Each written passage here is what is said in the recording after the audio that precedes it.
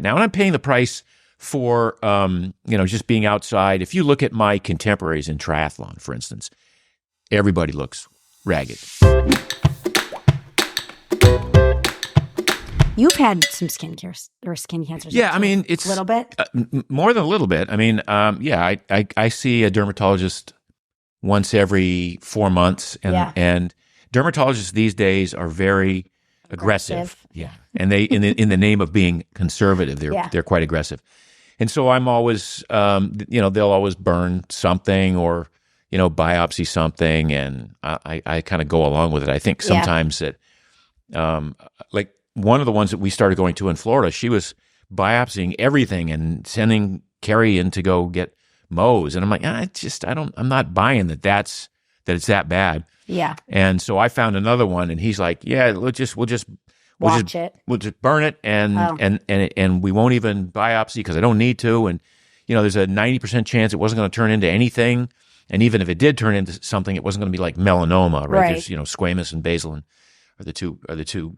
But I think that's largely a result. I spent a great portion of my life outside in the sun. I was either as a contractor or a house painter. I was outside with my shirt off all summer long in New England, and then all year round when I lived in California. And then I'd go home and I'd run 15 miles with a shirt off. Yeah, it was just how I did it and how I ran in those days with no sunscreen, and that would not have been an issue if I'd had a primal or paleo diet, but I didn't. I was eating crappy food, right? So I was eating lots of carbs and lots of sugar and lots of industrial seed oils, not because I chose to, but because I didn't know any better. And it wasn't until I was much older that I realized, wow, I mean, it wasn't a thing though. Like, no, it wasn't. It was like a baby oil phase, wasn't it?